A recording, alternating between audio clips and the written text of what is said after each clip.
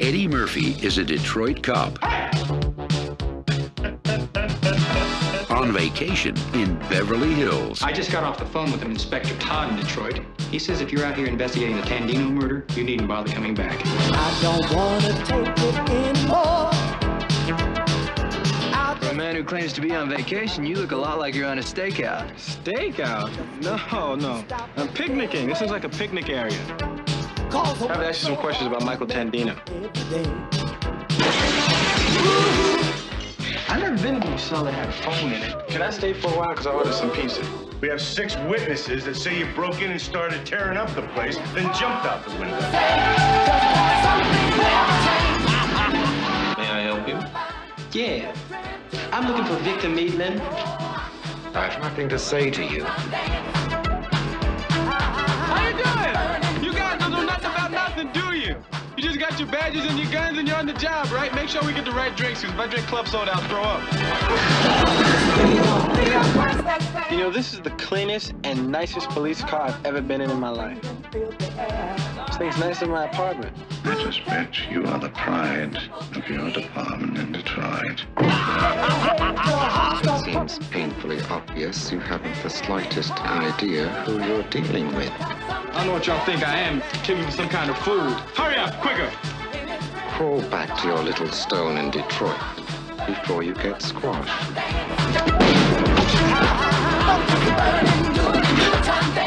Don't move!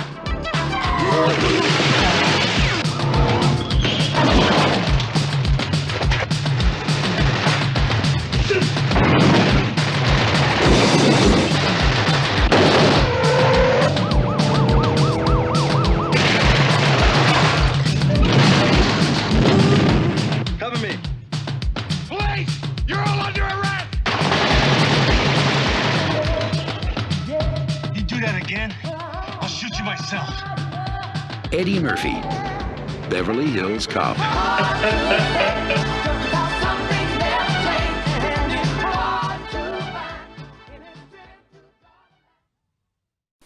Welcome to the latest episode of the B-Movie Club. I'm your host, Kevin.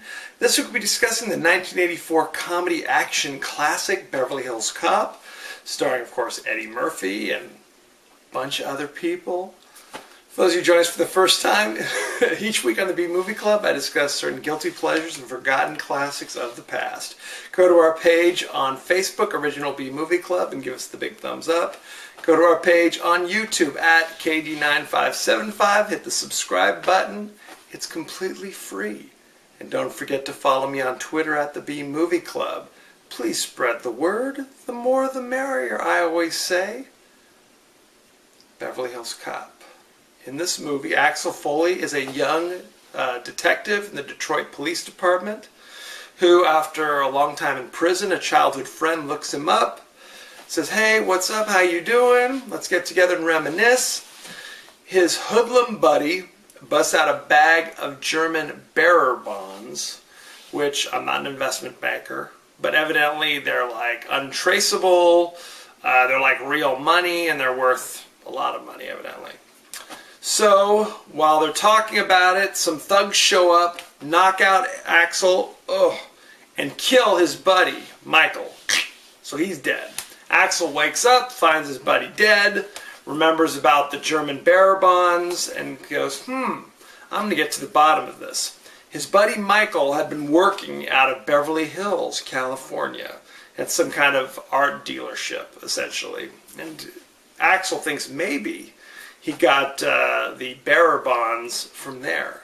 He goes against his superior's wishes. He leaves town, takes some vacation, and goes to Beverly Hills to get to the bottom of the mystery. While he's there, he meets another old acquaintance, Jenny, who works for the gallery, where Michael used to work as a security guard and allegedly was able to track down these bearer bonds. She meets Jenny's boss, this evil guy, and his henchman, and of course some overzealous Beverly Hills cops, if you will. I don't want to spoil everything. I don't want to give everything away. Originally, this movie was supposed to be about a cop from East LA who goes to Beverly Hills and culture shock that goes on. Later it became a movie about a cop from Pittsburgh who goes from Pittsburgh to Beverly Hills. Initially they cast Mickey Rourke in the role called Axel Ellie. For whatever reason, it didn't happen in a timely fashion. The contract expired. Mickey Rourke went off to do other things. Then it became a Sylvester Stallone vehicle. They sent it to him, the script, and he rewrote it, eliminating all the comedic elements and turning it into a straight action flick. Changed his character's name to Axel Cobretti. Okay? And evidently there was a scene where he's driving a Lamborghini going head-to-head against a runaway freight train. He said he compared the opening scenes to like Private Ryan, where they're storming the beaches of Normandy. The studio wasn't thrilled with this idea. They liked the comedy and the action. So literally 2 days before shooting was to start, Stallone walks. He bails. He winds up taking those ideas to write his own movie, Cobra, where the character was called Cobretti. They convinced Eddie Murphy, who was still on Saturday Night Live at this point, had one hit, 48 Hours, had done Trading Places, but he'd also done Best Defense, so his career was kind of, we're not too sure if he's got the staying power. They convinced him to do it, changed the character to Axel Foley, changed him from a Pittsburgh Police Department detective to a Detroit police detective. I don't know why that's important. Brought him in.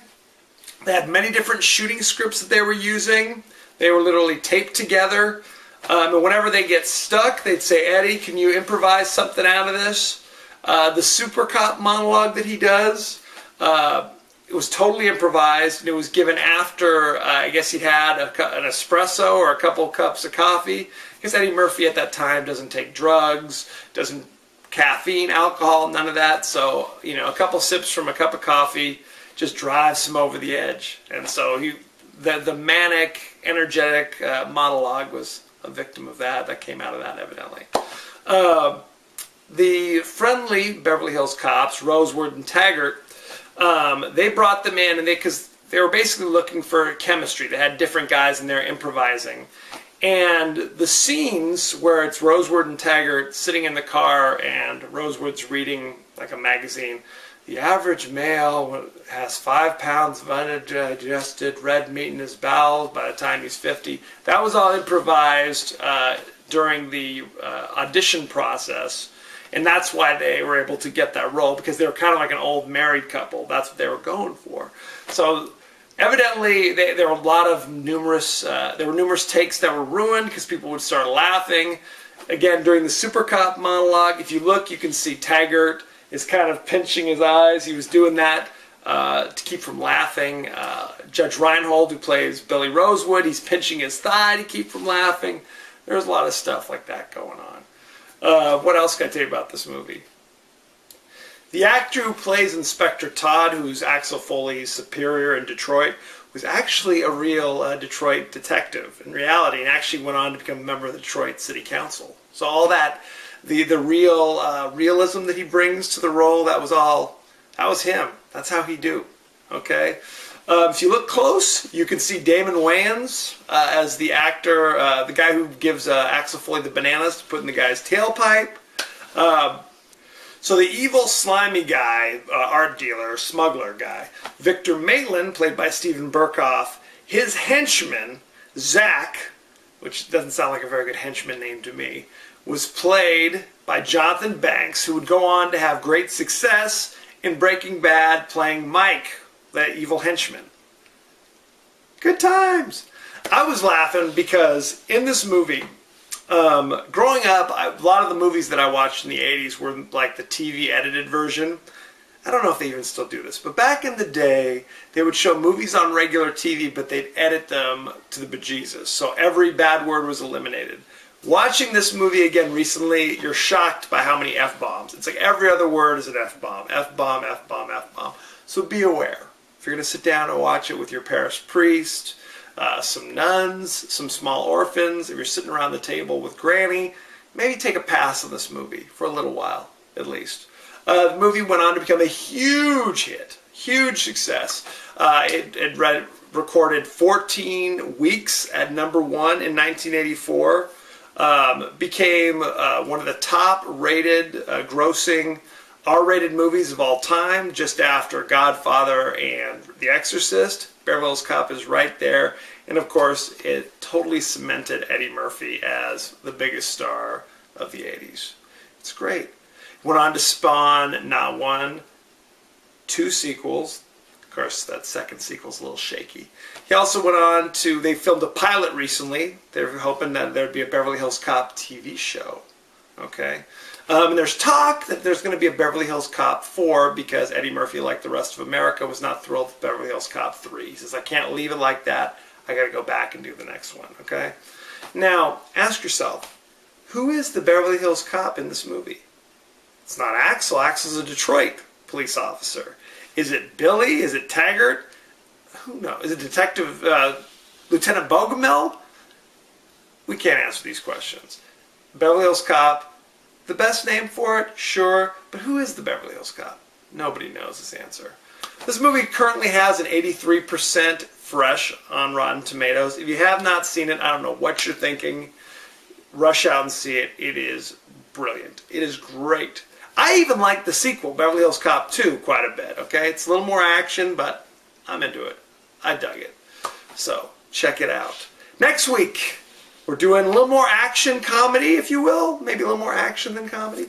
We're going to be doing the 1999 Mel Gibson vehicle before he went totally insane, Payback, where he's a former thief who's been robbed and double-crossed, and he's out to get some paybacks. There you have it.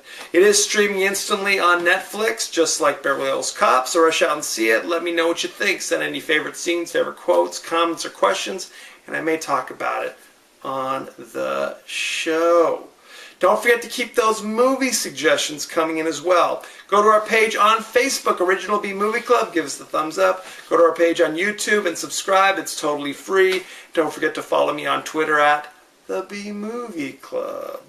As you know, I end every episode with a totally out of context quote, and here it is. Why don't you get the hell out of here? 'Cause... That was the not-so-subtle racism of Zach towards Axel Foley. We always laugh about that. Racism is not funny, though, so don't misconstrue what I'm saying. Anyway, so that was Beverly Hills Cop. Next week, Payback. Thank you for joining us, and be well.